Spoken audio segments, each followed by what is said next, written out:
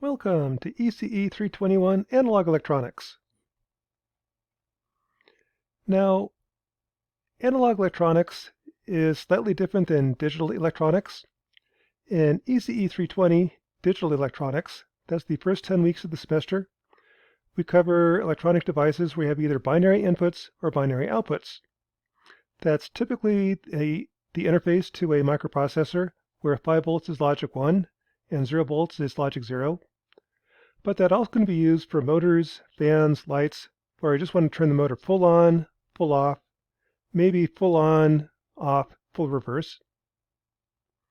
In 321 Analog Electronics, the last 6 weeks of the semester, we cover analog outputs. So instead of having just 0 volts and 5 volts as the output, I can have analog signals between minus 10 and plus 10. For example, I might have a sine wave as the output. I might have a motor, I want to vary the speed. I have a heater, I want to vary the power output. Have an analog output. I can also have an analog input. Rather than just saying that the temperature is above or below a certain threshold, I might want to know what the actual temperature is. Say output minus 10 volts to plus 10 volts as the temperature goes from minus 40 to plus 40 C. That's analog electronics. The transistors that we use in this class are typically in the active region, as opposed to digital electronics, which is either off or saturated. And the topics that we're covering are amplifiers, mixers, power amplifiers, sensors, filters, things like that. And typically, what you do in this class is have homeworks that kind of build on each other. Oftentimes, I'll take an analog signal, say from your cell phone, microphone, something like that, have it drive a speaker. But along the way, I'll want to amplify the signal, maybe mix it, so you can see what happens when you mix Katy Perry and Iron Butterfly, filter it, past 610 hertz, so I have more cowbell in your song, and then amplify again, mix again maybe, and then have a power amplifier to drive the speaker. So overall, this is kind of a fun course. By the end of the semester, you should be able to build a subwoofer. That's a circuit that passes sine wave sinusoidal inputs. If the frequency is typically below 250 hertz, it's passed to a speaker. Above 250 hertz is blocked. I could build an octolively, that's an LED, so that when I have a shadow go in front of it, it bounces up and down. I could build an 8-key piano with a sine wave output. So instead of a harsh like a square wave, it'll be a nice clean hum, sine wave. I could also build a temperature-controlled fan. As the temperature goes up, the fan speed goes up. And here's kind of an example of some things you can do with this. For this demo, they're transmitting a song over a light beam. Now the syllabus for this class, kind of the stuff that we'll be doing. The first week of the semester, we study op-amps, amplifiers, and mixers. Basically, how do you amplify a small signal, how do you mix signals together, and how do you drive a load, like an 8-ohm speaker. On week 2, we look at sensors. How do I take a temperature, light sensor, audio sensor, strain sensor, and amplify them so you have an analog output, minus 10 volts to plus 10 volts. We'll then look at filters. How do I pass some frequencies, reject others? For example, I could build a subwoofer, pass frequencies below 250 hertz, so you have this little beat deep, boom, boom, boom, boom, boom, boom, boom, boom, all over the place. I could build a cowbell filter, pass 610 hertz to amplify the cowbells in your favorite song, and other things like that. And then finally, we'll look at transistor amplifiers. How do you build an amplifier at the transistor level? So that's what we're covering in analog electronics. It's kind of like the interface to a microprocessor, but the data that you want to interface is analog rather than being binary. So this is useful for computer engineers as well as electrical engineers if you ever want to deal with analog signals. Now in terms of course information, I'm Jake Lauer. Class meets 4 days a week, Monday, Wednesday, Thursday, and Friday.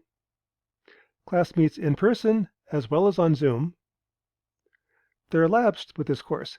Typically, the homework assignments will be design on paper, simulate in circuit lab, now build in hardware. Build, test, and validate in hardware. To do the labs, the labs will be part of the homework set, so there's no separate lab write-up. you're going to need a lab kit to do the homework. Well, if you do it at home, you need a lab kit. Otherwise, there's parts in room 211, 237. There's also extra parts like speaker, 555 timers, power transistors available outside my office. And my office hours are Monday, Wednesday, Friday, 8 to 10 a.m., and ECE 201, as well as on Zoom.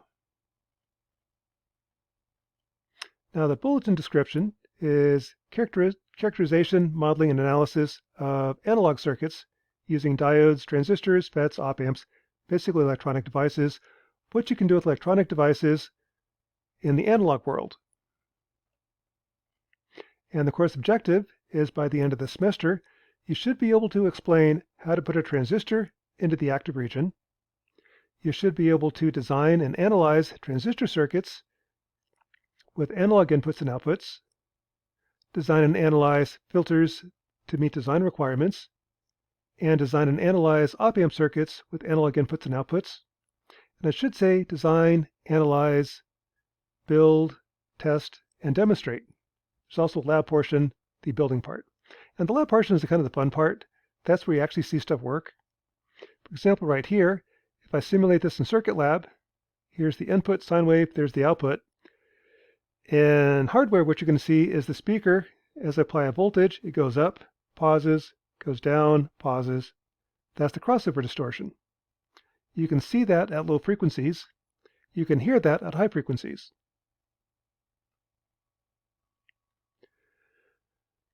In terms of what you need to take the class, you're going to need a calculator that can do complex numbers.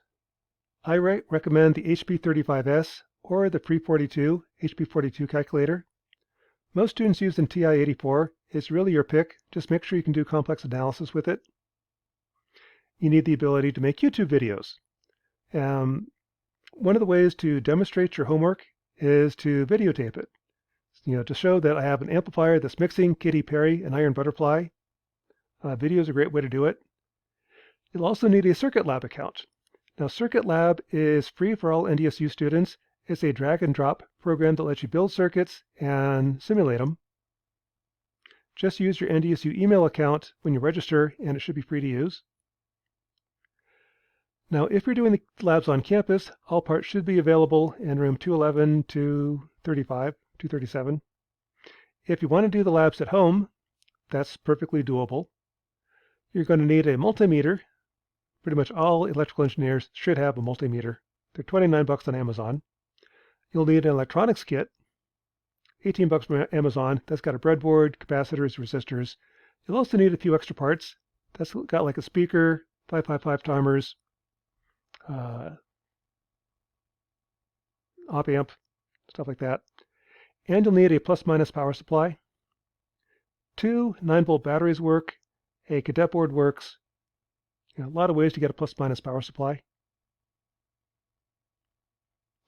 In terms of grading in this class, grading in analog electronics is very similar to digital electronics. There's weekly quizzes, homework, a final exam. The average of all 3 of those is your overall average. And grading is straight scale, just like 320. If you have a 90%, guaranteed you have an A. 80%, guaranteed you have a B. If you're at 89, depends upon the curve. It may be an A, maybe a B. Last semester, 89 was an A. But I'll curve down but not curve up. So if you work with the group, everybody learns the material. I'm not going to penalize you. Everybody gets the benefit. That's really my objective. If you learn the material, that's what I care about. In terms of the textbook for this class is Bison Academy.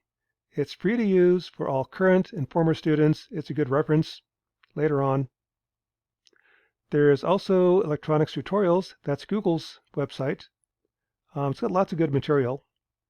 If you want a hard copy, I would go to Amazon and find an electronics book. Don't buy the new edition, buy the used. Transistors, diodes, capacitors, they haven't really changed since 1950, so it doesn't matter what the edition is. The homework problems change, but I don't use the homework problems from the text. In terms of lab kits, the lab kit I recommend is an $18 lab kit from Amazon. It's got a breadboard, power supply, wires, resistors, capacitors, diodes, transistors. Pretty good buy for 18 bucks. This lets you do most of the labs at home. You'll need a few extra parts. Those will be outside my office in room 201. You'll need a multimeter that can measure voltage, both DC and AC. And you need a signal generator. Your cell phone will do that. You need a frequency counter. Your cell phone will do that. Basically, cell phones are pretty darn useful. So between your cell phone, a multimeter, lab kit, you should be in pretty good shape for doing the labs at home. In terms of Bison Academy, if you go to bisonacademy.com and go to 321, all the lectures are laid out on a daily basis. So these are the topics that we'll be covering each day. They're posted in PDF format, both in portrait and landscape. All the lectures have been recorded and are posted on YouTube. So here's a link to the YouTube recordings and a YouTube playlist if you want to binge watch. The handouts that we go over in class are right here, and the weekly homework assignment. So this is where the homework assignment is posted. Homework is typically due on the following Monday, unless Monday's a holiday, then it's due on Wednesday. When we go over the homework, I'll also post the solutions on Bison Academy, as well as a YouTube video where we go over the homework. That's for the online students if you want to see what we did on the homework, how I solved it. If you get stuck on the homework sets and solutions, both in PDF and YouTube format, from previous semesters are also posted on Bison Academy. These are useful if you want to see how you approach this type of problem. Now the problems change every semester, so don't just copy and paste. But the approach is similar. So it's a kind of good reference if you get stuck. There's also the quizzes from previous semesters if you want to know what the various quizzes are like. One of the more fun spots in Bison Academy is Best Of. There's Best of 321. This kind of shows what some other classes have done. There's a subwoofer. There's a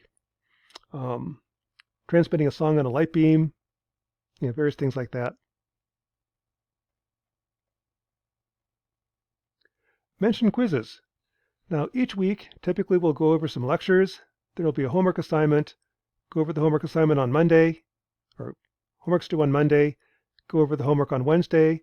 Then Thursday's a quiz over homework set number 1. Likewise, homework set 2. Turn it in on Monday. Go over it on Wednesday. Quiz on Thursday or Friday, one of those 2 days. The quiz is going to be done in person. It's 6 questions taken at random from the homework. Different numbers, different problem. But similar idea. You can also take them on Blackboard.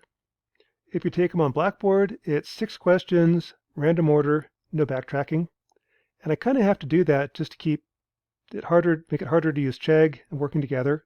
Not that anyone ever would, but I kind of have to do that, otherwise that tends to happen. In addition, each quiz is different.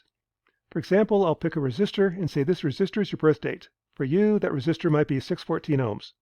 Analyze the circuit from there.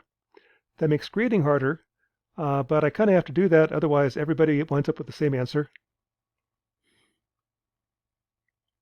In terms of how 321 electronics is offered, it's offered in the full high flex mode. What that means is you can take the class any way you like. You can take it in person.